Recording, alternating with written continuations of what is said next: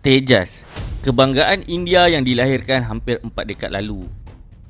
Telah dibangunkan hampir 4 dekad yang lalu, kita memahami kerajaan India sememangnya amat mengharapkan akan ada sinar harapan bagi pesawat Tejas di pasaran ekspor dengan Malaysia, yang menjadi sasaran utamanya untuk muncul sebagai pembeli pertama pesawat pejuang kebanggaan industri pertahanan India itu. India telah mula membangunkan program pesawat Light Combat Aircraft LCA ataupun Tejas dan merupakan pesawat pejuang buatan tempatan negara itu yang pertama dibangunkan seawal pada tahun 1983, iaitu kira-kira 39 tahun yang lalu. Telah dilahirkan hampir 4 dekad yang lalu, kita memahami kerajaan India sememangnya amat mengharapkan kejayaan pesawat ini.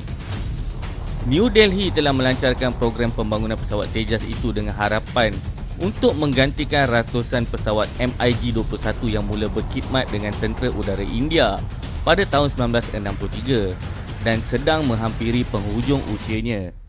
Bagaimanapun, selepas program bermula pada tahun 1983, Tejas telah berhadapan dengan masalah untuk membangunkan pesawat prototipe.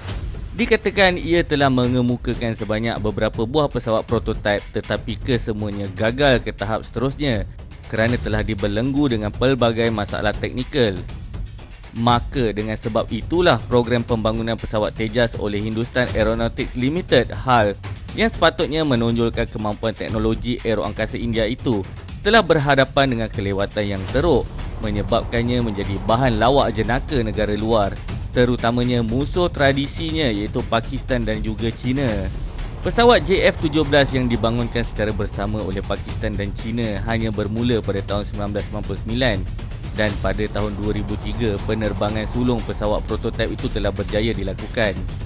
Pada ketika ini, kira-kira 130 pesawat JF-17 telah berkhidmat dengan tentera udara Pakistan dan 50 buah varian terkini pesawat itu Mk3 akan mula terbang pada tahun ini. Pesawat JF-17 juga telah memperolehi kejayaan di pasaran ekspor dengan beberapa negara menjadikan pesawat tentera udara mereka seperti Myanmar dan juga Nigeria. Bagi Tejas pula, hal reka bentuknya adalah hampir sama dengan pesawat Miraj pula. Hanya pada tahun 2003 iaitu 20 tahun selepas program pembangunan pesawat pejuang tempatan itu bermula, prototipe pertama dinamakan PV-1 berjaya melakukan penerbangan sulungnya. Lebih banyak pesawat prototipe dibangunkan termasuk varian untuk digunakan di atas kapal pengangkut pesawatnya INS Vikramaditya dan INS Vikrant. Walaupun telah melakukan pelbagai ujian di Goa dan di atas kapal pengangkut pesawat INS Vikramaditya, Tejas masih belum lagi diterima untuk beroperasi di atas dek penerbangan kapal pengangkut pesawat.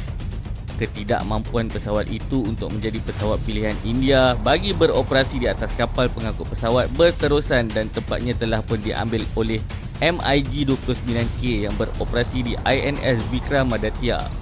Manakala bagi kapal pengangkut pesawat terbaru India, INS Vikrant, persaingan kini adalah di antara Boeing Super Hornet dan juga Rafale M buatan Dassault Aviation. Tejas perlu menunggu beberapa tahun lagi sehingga ia dapat menghasilkan pesawat pejuang yang boleh beroperasi di atas kapal pengangkut pesawat India. Pesawat prototipe Tejas hanya memperolehi Initial Operational Clearance (IOC) pada 2011. Tetapi itu pun tentera udara India masih menghendaki HAL mengatasi beberapa masalah dan operational limitations yang membelenggu pesawat kebanggaan industri pertahanan India itu. Selepas hampir 40 tahun proses pembangunan yang berliku dan bermasalah, maka pada Februari tahun lepas, tentera udara India membuat keputusan untuk memperolehi 83 buah pesawat Tejas Mk1 yang dibangunkan oleh syarikat HAL.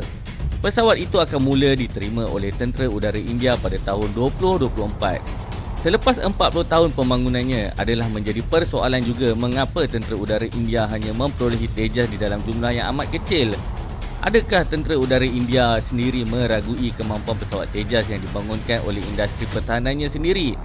Salah satu sebab yang sering diperkatakan oleh pemerhati pertahanan mengapa tentera udara India memperolehi pesawat Tejas hanya di dalam jumlah yang kecil adalah kerana kilang HAL hanya mampu membina 8 buah pesawat Tejas itu dalam masa setahun.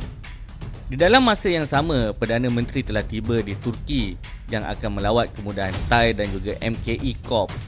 Lawatan Perdana Menteri ke Turki bermula hari ini yang akan membawa beliau dan delegasi Malaysia untuk melihat dengan lebih dekat Kemudahan yang dimiliki oleh dua syarikat pertahanan terkemuka negara itu, Turkish Aerospace Industries (TAI) dan juga MKE Corporation. Perdana Menteri Datuk Seri Ismail Sabri Yaakob tiba di sini untuk memulakan lawatan rasmi selama 4 hari ke Turki pada hari Selasa. Pesawat khas yang membawa Ismail Sabri dan delegasinya telah mendarat di lapangan terbang Istanbul Sabiha Gökçen International Airport (ISGIA) pada pukul 8.40 pagi bersamaan 1.40 petang waktu Malaysia. Panglima Tentera Udara Diraja Malaysia Jeneral Datuk Seri Muhammad Asghar Han Goriman Han turut mengikuti lawatan Perdana Menteri itu. Majlis sambutan rasmi bagi lawatan itu akan berlangsung di Ankara pada hari Khamis. Lawatan adalah di atas jemputan Presiden Recep Tayyip Erdogan itu bermula dengan Perdana Menteri melawat ISGIA sebaik tiba. Turki adalah rakan kongsi perdagangan ketiga terbesar Malaysia di Timur Tengah selepas Arab Saudi dan Emirat Arab Bersatu (UAE) dengan jumlah perdagangan di antara dua negara merekodkan RM16.97 bilion bersamaan dengan Amerika Syarikat dolar 4.09 bilion pada tahun 2021 dan projek dilaksanakan bernilai RM444.59 juta bersamaan dengan Amerika Syarikat dolar 130.91 juta. Pada hari Rabu, Perdana Menteri akan ke ibu negara Ankara dan dijadualkan melawat dua penggiat utama di dalam industri pertahanan dan aeroangkasa di negara itu, iaitu MKE Corporation dan juga Turkish Aerospace Industries (TAI). MKE Corp merupakan pihak yang membangunkan meriam bergerak beroda 155 mm 52 kaliber Yavuz. Syarikat Malaysia MA Analytics yang berhad telah pun menandatangani memorandum persefahaman dengan 3 buah syarikat pertahanan Turki yang terdiri daripada Makina Kimia Industrisi Kurumu (MKE), Katmesila dan Evio Defence. Meriam 155 mm 52 kaliber yang digunakan oleh Yavuz adalah Panther yang turut dibangunkan oleh syarikat MKE serta berkemampuan menembak sejauh 40 km dan bakal ditawarkan kepada tentera darat apabila tender dibuka tidak lama lagi. Sementara itu, TAI sebagaimana yang kita ketahui adalah syarikat yang bertanggungjawab membangunkan sistem UAS Medium Altitude Long Endurance (MEL) ANCA dan juga pesawat fleet LCA Hurjet yang ditawarkan kepada Malaysia. Dengan kemampuan beroperasi selama 30 jam, ANCA memangnya memberikan kelebihan kepada TUDM sebagai operatornya. Pesawat fleet LCA Hurjet merupakan salah satu pesawat fleet LCA yang bersaing di dalam tender terbuka antarabangsa Kementerian Pertahanan untuk memperolehi 18 buah pesawat fleet LCA bagi kegunaan Tentera Udara Diraja Malaysia (TUDM). Pesawat fleet LCA Hurjet bakal memiliki kelajuan maksimum Mach 1.2 dan berkemampuan terbang pada altitude maksimum 45,000 kaki. Ia telah direka bentuk untuk membawa bebanan sebanyak 3 tan. Menurut TAI, Hurjet akan menggantikan pesawat Northrop Grumman T-38 Talon yang digunakan oleh Tentera Udara Turki pada ketika ini. Pada pendapat admin, apabila ada kunjungan ke Turki dan ianya pula di atas jemputan Presiden negara itu sendiri, sudah tentu ianya satu perkara baik dan mampu mencapai objektif pertahanan negara. Ianya bukan soal beli minyak sawit di dalam kuantiti yang banyak dan boleh ditimbal semula dengan persenjataan. Soalnya, adakah ianya memenuhi dasar dan kehendak pertahanan negara? Jadi, jelaslah di sini bahawa media India juga sama sahaja mendunia. Walau apa pun, admin pasti di pihak kerajaan sudah pasti juga akan menilai apa yang terbaik demi aset pertahanan negara. Dan seperti apa yang admin beritahu sebelum ini, secara peribadi, memang India dah out of list lah kerana kesilapan mereka sendiri dengan menghina junjungan besar kita Nabi Muhammad SAW. Dan ini sudah pasti akan menyukarkan laluan mereka untuk memasarkan Tejas.